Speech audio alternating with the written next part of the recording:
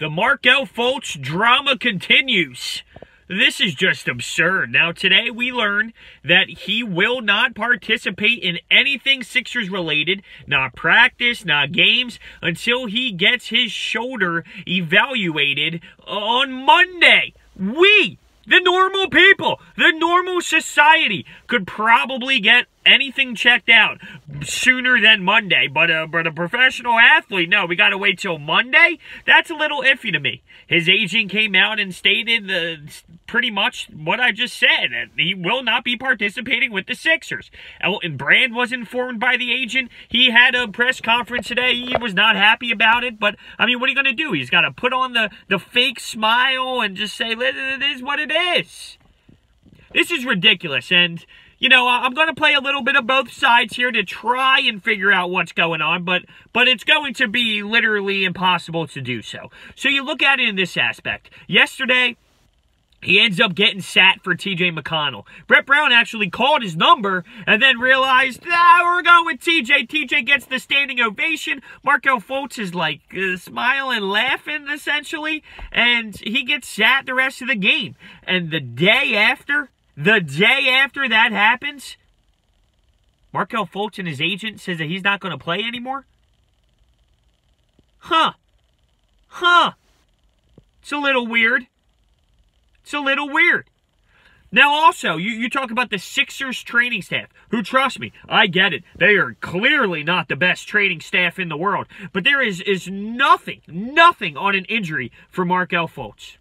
Not a thing when it comes to this Sixers training staff. And the players are allowed to go get second, third, fourth opinions. It's allowed. But it's just odd the way that this is all coming up. Now, you look at the way that he's been shooting the basketball, the weird free throws, just the weird double clutchness of it. Is something not right? Is there pain in his shoulder? To play the devil's advocate of maybe there is an injury, I'm leaning towards there's not. But maybe he forced it because he wanted to play. He didn't want to be soft. He forced it, and now it's really bothering him. But it doesn't seem that way. You know, when he hits his mid-range jumpers, it looks fine. When he's taking it hard to the basket and he does his spinorama, like, it looks fine. It doesn't look discomforting or anything like that. You don't see his face play out that way. Now the Drew Hanlen thing comes up. Because Drew Hanlen tweeted, 2-3 weeks ago? Something about Markelle Fultz not being healthy? And he had to take it down? And then Fultz tweets, you can't trust nobody anymore? Then the speculation of the motorcycle accident, which I think is so false. Because in today's society, you can't cover up something like that.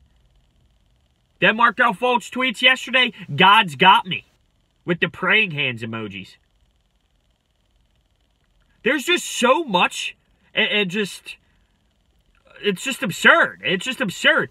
There's nothing ever positive. This kid just continues to bring drama to this organization. You can't trade him. There is legitimately zero value in Markelle Fultz. You cannot trade him. Nobody wants him.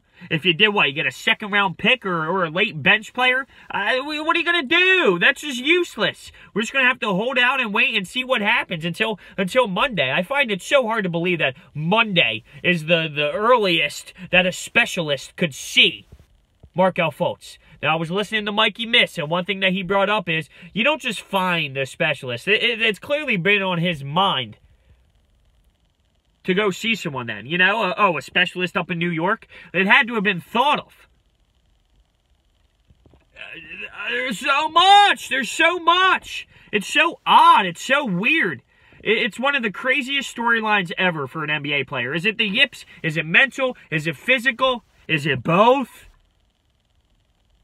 It only sucks because we gave up so much for the kid. You know, not only our first overall pick, we used the pick to move up from Boston.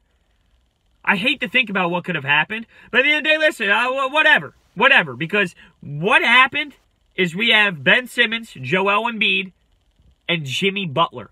And we're a good team. And we could be a legit contender with just a couple additions to the bench and to make this roster deep. So I'm done. I'm done with the Markelle Fultz experience. It's a shame. I don't want it to happen to a kid like that. He's clearly going through all kinds of stuff. I feel like there's too many people yapping in his direction. He doesn't know which way to follow. And, you know, he's a 20-year-old kid just trying to go through this, and he's emotionally just a mess right now. But I'm done. I'm done. It's too much. I'm ready to move on with the Sixers. They got good talent. They got a good team. And the Fultz thing is just not there. And I actually think there were times where he showed stuff coming off the bench, logging in 20 minutes, dropping 10, 4, and 5. And, you know, he had some spurts. But is he just getting aggravated that maybe TJ McConnell played more minutes last night? Is there something seriously concerned with the shoulder? He had a conversation with AI. What was that all about? There are so many different angles to this Markelle Fultz problem, and it's just mind-blowing. And we have to sit here and just wait it out because there's nothing we can do because there's no value in him. Nobody wants him. What do you think down below with this crazy story? See you guys next time.